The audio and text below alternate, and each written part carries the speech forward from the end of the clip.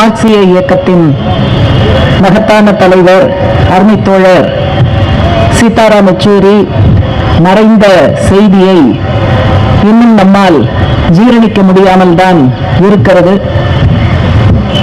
மனதுக்குள்ளே கண்ணீரும் கவலைகளும் நிரம்பி வழியக்கூடிய ஒரு சூழலில்தான் இந்த இரங்கல் கூட்டத்தில் நாம் ஒன்றாக இணைந்திருக்கிறோம். இந்த மாத கடைசியில் மார்க்சிஸ்ட் கம்யூனிஸ்ட் கட்சியினுடைய மத்திய குழு கூட்டம் டெல்லியில் நடைபெறுவதாக ஏற்கனவே தேதிகள் நிர்ணயிக்கப்பட்ட நிலைமை. நாங்கள் போவோம், அந்த கூட்டத்தில் பங்கேற்போம். இருந்தாலும் அருமை தோழர் சீதாராம் யெச்சூரி இல்லாத ஒரு மத்திய குழு கூட்டத்தை நாங்கள் சந்திக்க போகிறோம், அதிலே இருக்க போகிறோம் என்று எண்ணும் போதே இதயம் மிகப்பெரிய அளவு கனக்கிறது. அவருக்கே உரிய எண்ணல் அந்த பாணியோடு கடுமையான மிக சிரமமான அரசியல் பொருளாதார அம்சங்களை கூட மிக எளிமையாக மத்திய குழுவில் முன்வைக்கக்கூடிய பாங்கு, ஏராளமாக வரக்கூடிய விவாதங்கள், கேள்விக்கணைகள் அனைத்துக்கும் அரசியல் தலைமை குழுவில் விவாதித்து இறுதிப்படுத்தி அவர் தொகுப்புரை வழங்குகிற அந்த அழகு அத்தனையும் இனிமேல் நம்மால் பார்க்க முடியாது என்கிற மிக கவலையான ஒரு நிலைமையைத்தான் இன்றைக்கு சொல்ல வேண்டி இருக்கிறது. பொறுப்பில் இருக்கக்கூடிய ஒரு பொதுச் செயலாளர் காலமாகி இருக்கிறார் என்பது நிச்சயமாக ஒரு சிக்கலான சூழல்தான். குறிப்பாக கட்சியினுடைய மாநாடுகள் நடந்து கொண்டிருக்கக்கூடிய நேரம், அகில இந்திய கட்சி காங்கிரஸ் ஏப்ரல்ல தமிழ்நாட்டில் மதுரையில திட்டமிட்டுக் கொண்டு இருக்கிறோம்.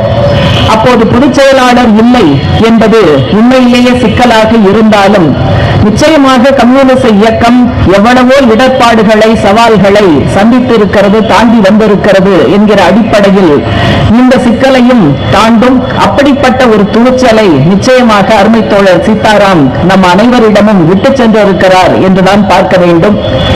இந்திய சூழலை மிக ஆழமாக பகுப்பாய்வு செய்திருக்கக்கூடிய, மார்க்சிய பார்வையில் பகுப்பாய்வு செய்திருக்கக்கூடிய மிகச்சிறந்த மார்க்சிய சிந்தனையாளராக அவரை குறிப்பிடலாம்.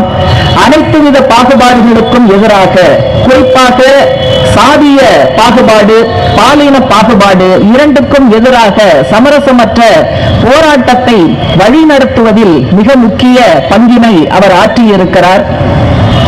இன்னும் சொல்ல போனால், ஒரு மனிதர் முன்னேற வேண்டும் என்றால் இரண்டு கால்களையும் முன்னோக்கி நகர்த்தினால்தான் அந்த முன்னேற்றம் என்பது வரும். அதை போலத்தான் இந்தியாவிலே வர்க்க போராட்டம் முன்னோக்கி நகர வேண்டும் என்றால் வர்க்க சுரண்டலுக்கு எதிரான போராட்டத்தையும், சமூக ஒடுக்குமுறை, சாதிய ஒடுக்குமுறைக்கு எதிரான அந்த போராட்டத்தையும் ஒன்றிணைந்து நகர்த்தினால்தான் ஒட்டுமொத்த வர்க்க போராட்டம் என்பது முன்னேறும் என்று மிகச்சிறந்த உதாரணங்களோடு இந்திய சூழலில் சாதியும் வர்க்கமும் எவ்வாறு பின்னி பிணைந்திருக்கிறது என்பதையெல்லாம் மிக எளிமையான உதாரணங்களோடு எல்லா கூட்டங்களிலும் அவர் பேசியிருக்கிறார். அதை போல இன்றைக்கு எதேச்சாதிகார பாதையில் RSSும் அது வழிநடத்துகிற பாரதிய ஜனதா கட்சி அரசாங்கமும் சென்று கொண்டிருக்கிறது என்று சொன்னால் அவர்கள் செய்கிற பல்வேறு நடவடிக்கைகளை ஒன்றிணைத்து பார்க்க வேண்டும். அவர்கள் எடுக்கிற ஒவ்வொரு நடவடிக்கையும் அல்லது பிரதமர் உள்பட மற்றவர்கள் பேசுகிற ஒவ்வொரு கருத்தையும் மட்டும் நாம் தனிமைப்படுத்தி பார்த்தால் அவர்கள் எழுப்புகிற விவாதத்திற்குள்ளேயே நாம் நிற்க வேண்டி இருக்கும். அது சரியா தவறா இல்லை என்று அவர்கள் போடுகிற வளையத்துக்குள்ளேயே நாம் நிற்க வேண்டி இருக்கும். அந்த வளையத்தை தாண்ட வேண்டும் என்றெல்லாம் அவர் நிறைய சொல்லுவார். குறிப்பாக